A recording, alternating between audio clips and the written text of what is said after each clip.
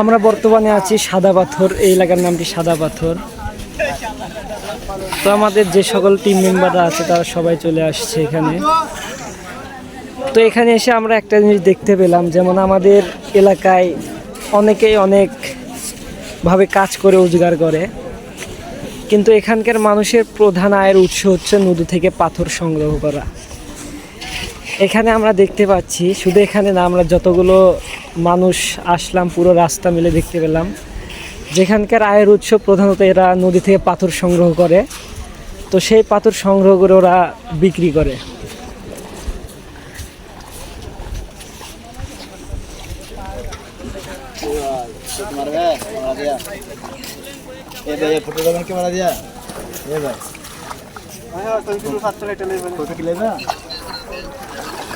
আপনারা কি প্রতিদিন নদী থেকে পাথর সংগ্রহ করেন?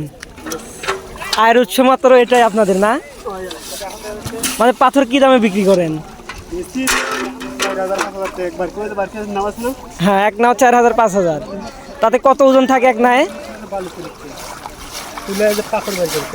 মূলত এখানে এদের একমাত্র আয়ের উৎস হচ্ছে নদী থেকে পাথর সংগ্রহ করা। তো এখানে দলে দলে মানুষ পাথর সংগ্রহ করে।